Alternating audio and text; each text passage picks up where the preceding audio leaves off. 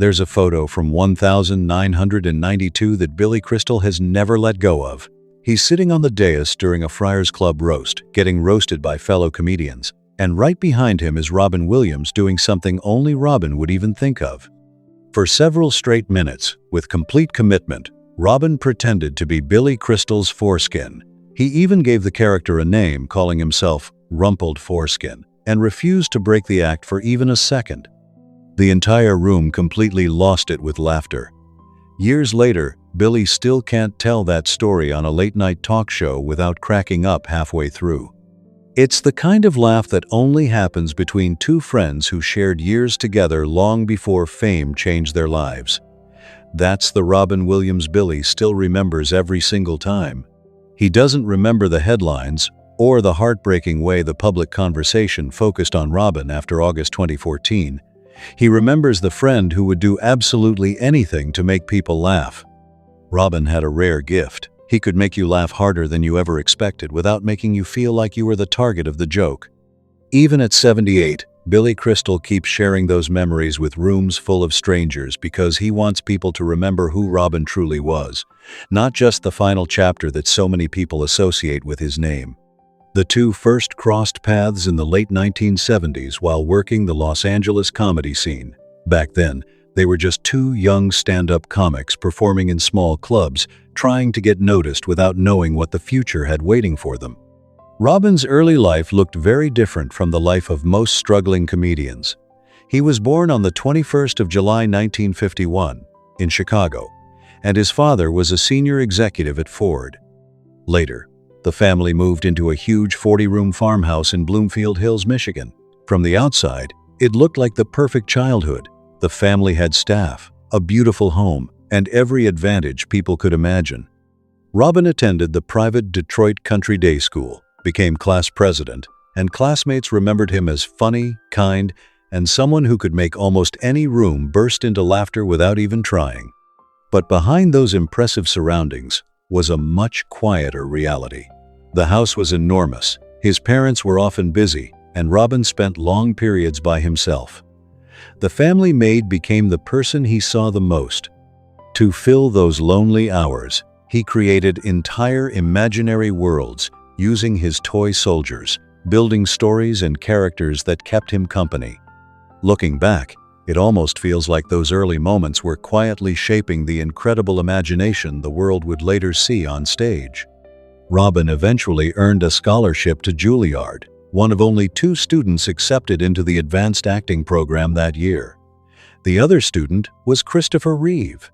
It was an incredible opportunity, but Robin realized something important before finishing.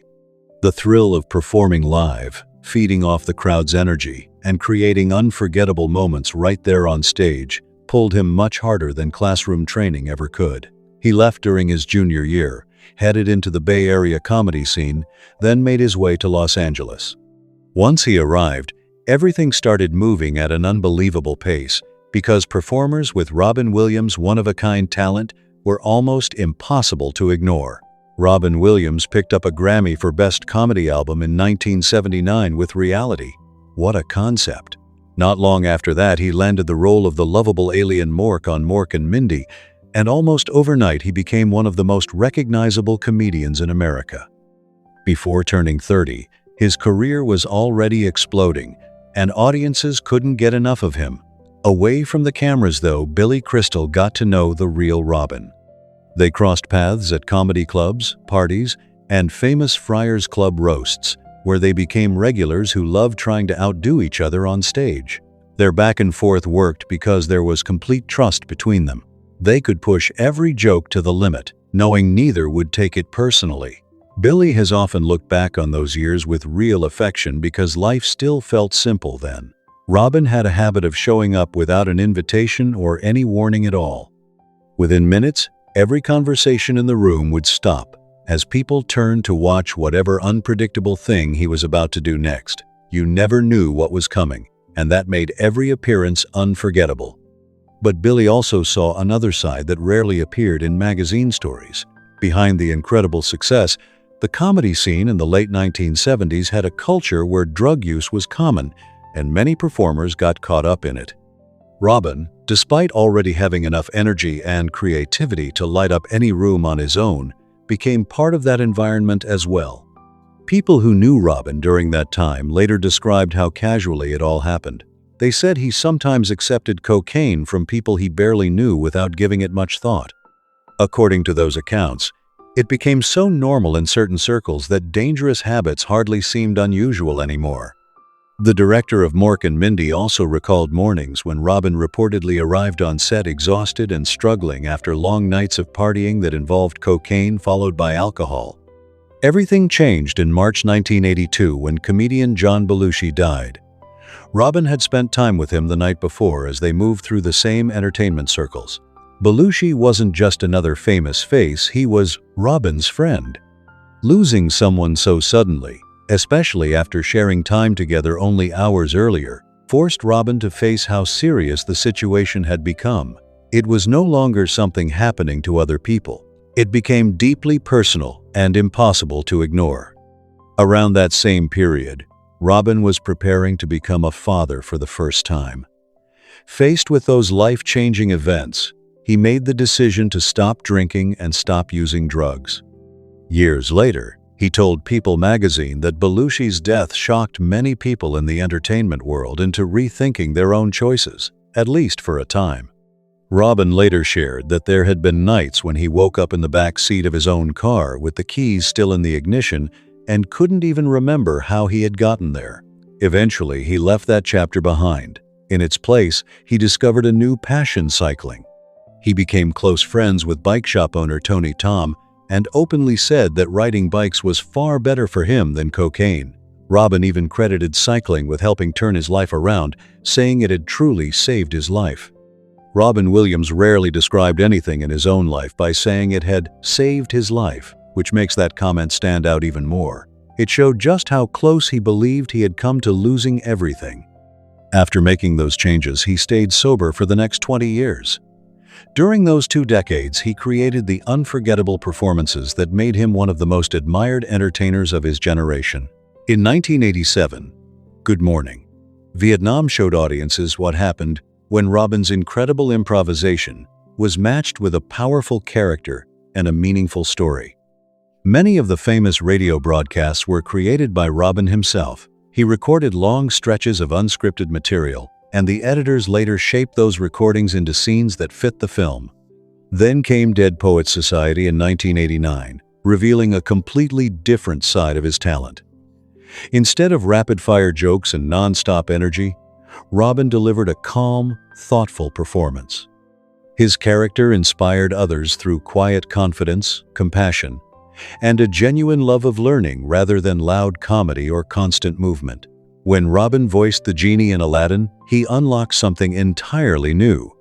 Free from appearing on screen, his voice raced in every direction, bringing the character to life in a way audiences had never experienced before. Animators later explained that Robin improvised so many creative ideas in the recording booth that entire scenes were redesigned around his performances because what he created in the moment was often stronger than anything originally planned. In 1993, Mrs. Doubtfire became one of the decade's most beloved family comedies. At its heart was the emotional story of a father trying to stay close to his children, mixed with Robin's endless creativity. He improvised so much material during filming that editors reportedly had hours of extra footage to sort through before shaping the final movie. Robin kept proving how much range he had. In 1996, The Birdcage paired him with Nathan Lane, and instead of trying to steal every scene, Robin gave a warm, balanced performance that allowed his co-stars bigger comedic moments to shine while quietly holding the emotional center of the story. Then, in 1997, Good Will Hunting finally earned him the Academy Award after 3 previous nominations. His performance relied on patience, empathy, and careful listening just as much as powerful dialogue. One of the film's most unforgettable moments comes when his character gently tells Matt Damon's character, "It's not your fault." That simple line has become one of the most remembered scenes in American film because it was delivered with genuine compassion instead of spectacle. Robin showed that he could move audiences just as deeply with silence and emotion as he could with fast-paced comedy. Few performers could match that incredible range. Billy Crystal witnessed that journey from the very beginning. He wasn't just another celebrity who occasionally crossed paths with Robin. He was one of the friends who knew him long before Hollywood made both of them household names. They shared years of stand-up comedy, unforgettable nights at clubs and roasts, and a friendship built on trust, laughter, and the unique bond that only comedians who came up together in the 1970s could truly understand. Billy Crystal and Robin Williams shared more than a comedy career. They were also connected through a close circle of lifelong friends, including Christopher Reeve, whom Robin met during their years at Juilliard. That friendship faced its greatest test after Reeve's devastating horseback riding accident in 1995, and what Robin did next revealed a side of him that many people never got to see. When Christopher Reeve woke up paralyzed and struggling to imagine what life would look like, Robin rushed to the hospital instead of keeping his distance. But he didn't arrive as himself. He walked into the room pretending to be a Russian doctor, speaking in a ridiculous accent and throwing himself completely into the performance. For the first time since the accident, Reeve laughed. Years later, Reeve shared that this moment of laughter gave him hope during one of the darkest periods of his life. Billy Crystal always held on to that story because, to him, it explained the real Robin better than any headline ever could. The humor was never separate from the kindness. Making people laugh wasn't just entertainment for Robin, it was one of the deepest ways he knew how to show love, comfort, and support when someone needed it most. The friendship between Billy and Robin was just as genuine. They spent years roasting each other at Friars Club events and private gatherings, throwing outrageous jokes back and forth that had audiences roaring with laughter. To anyone watching, it might have looked ruthless, but the comedians understood something the crowd often didn't. Those sharp jokes were built on complete trust and real affection. Among close comedians, the biggest insult can sometimes be a sign of the strongest friendship. They searched for the funniest, most outrageous punchlines they could imagine, knowing the other person would laugh just as hard. That special bond was something Billy and Robin shared for decades, and it became one of the foundations of their friendship. Their connection wasn't limited to comedy clubs. Billy Crystal, Robin Williams, and Whoopi Goldberg also spent more than 20 years leading Comic Relief, the fundraising specials that helped support programs serving people experiencing homelessness across America. Together, they helped raise tens of millions of dollars while using laughter to bring attention to an important cause. Despite their enormous fame, they kept returning year after year instead of simply enjoying successful careers. The work often happened far from the spotlight, but they believed it mattered. Billy has frequently pointed to Comic Relief as one of the clearest examples of who Robin truly was, a performer who cared just as much about helping people as he did about making them laugh. In 2003, however, Robin faced another difficult chapter. While filming a movie in Alaska, he later said he felt isolated and frightened, emotions he recognized as especially risky given his past. He convinced himself that having just one drink wouldn't lead any further. But according to Robin's own account, it escalated quickly. Within days, he joked that he was carrying so many bottles home that they clinked together like a wind chime as he walked down the street. Robin later spoke openly about how addiction can affect the way people think. He described an inner voice that convinces someone with alcohol dependence that they can safely drink again, even after years of sobriety. Seeking help, he entered rehab in 2006. Although he experienced setbacks afterward, he continued trying to recover and returned for treatment at the Hazelden Foundation in Minnesota in 2014, only months before the final chapter of his life. At the time, almost nobody realized that what Robin Williams was going through involved far more than a return to alcohol. Even Robin himself didn't fully understand what was happening. Looking back, the drinking was unfolding alongside a much bigger medical problem that had not yet been identified. In late 2013, a series of strange symptoms began appearing. At first, they didn't seem connected: insomnia, persistent heartburn, a slight tremor in his left hand that was believed to be related to an old shoulder injury, and growing anxiety that didn't seem to match what was happening in his everyday life. Robin's wife, Susan Schneider Williams, later shared those painful months in a deeply personal essay titled The Terrorist Inside My Husband's Brain. Her account has helped many people better understand the devastating effects of serious brain disease. As the months passed, the changes became harder and harder to explain away. By that winter, Robin was experiencing frightening symptoms that included episodes of paranoia, confusion, and significant memory problems. While filming Night at the Museum 3, he reportedly struggled to remember his lines. For someone whose career had been built on lightning-fast thinking, quick improvisation, and endless creativity, those changes were heartbreaking. Susan later wrote that Robin understood something was seriously wrong, even though no one yet knew exactly what was causing it. Robin tried to keep the worst of those struggles hidden from almost everyone around him. For his entire career, he had been the person who lifted other people's spirits and filled every room with laughter. He wanted to keep doing that for as long as he could, but as the illness progressed, hiding the changes became increasingly difficult. His movements became slower, and his walk changed noticeably. Sometimes he had trouble finding the right words in the middle of a conversation. The tremor in his left hand continued, and he also began having difficulty judging distance and depth. Susan described another painful change, a mask-like expression that would sometimes settle over his face, making it harder to show the lively emotions that audiences had known for decades. For a performer whose greatest tool had always been his incredible physical expression, those changes were especially difficult. Robin could once transform into countless characters with only a shift in his face, his voice, or his posture. Gradually, those abilities became harder to control, and he knew something was changing inside his own body. The most frightening part was that neither he nor the people caring for him yet had an explanation for why it was happening. The answer only became clear after Robin's death.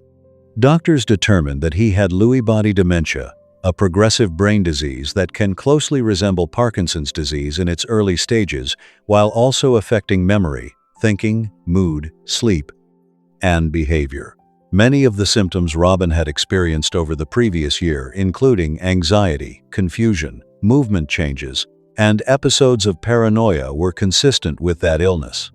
At the time, however, no one, not Robin, his family, or his medical team, had the diagnosis that could fully explain what he had been facing. By every account, Robin Williams believed he was losing his mind without understanding why. He didn't have the answers, and neither did the people around him. On the evening of the 10th of August 2014, he said goodnight to his wife, Susan. Those were the last words they shared. Robin died the following morning at the age of 63. His death shocked the world, and the grief spread across every corner of the entertainment industry and far beyond. Millions of people mourned the loss of someone who had brought laughter, comfort, and unforgettable performances into their lives. For the people who truly knew him, though, the loss was even more personal. Billy Crystal wasn't grieving a movie star or a comedy legend. He was grieving one of his closest friends.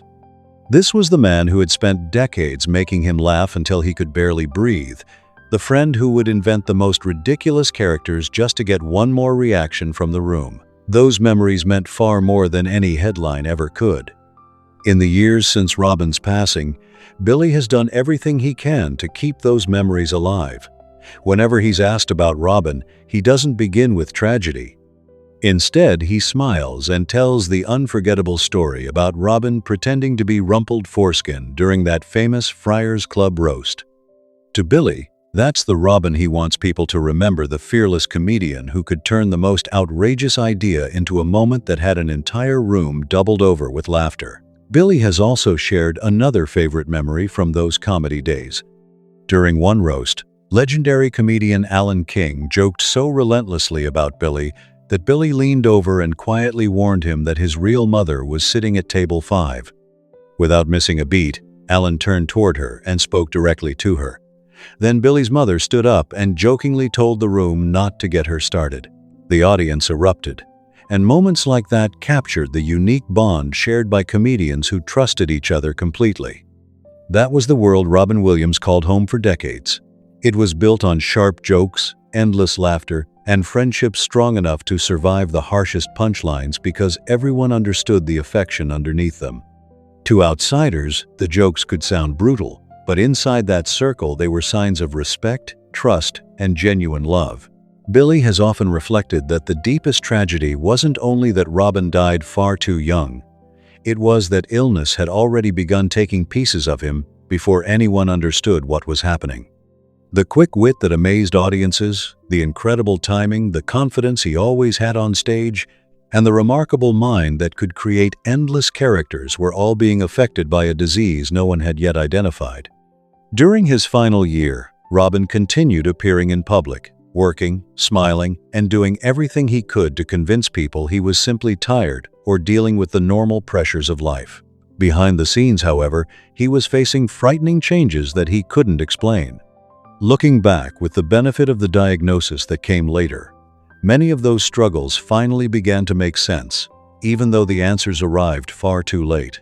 Today, Billy Crystal carries every version of his friend with him. He remembers the superstar the world admired, but he also remembers the young comic from the 1970s who loved making his friends laugh in tiny clubs long before Hollywood came calling. He remembers the loyal friend who stood beside Christopher Reeve when he needed hope, the performer who devoted years to comic relief, the man who committed himself to recovery for decades, and the extraordinary talent whose life was ultimately complicated by a devastating brain disease that wasn't fully understood until after his death. That's why Billy still tells the rumpled foreskin story and why he still laughs every single time. For him, that laughter isn't just a funny memory. It's a celebration of the person Robin really was. Behind the awards, the fame, and the heartbreaking final chapter was a generous friend whose greatest gift was making other people feel joy.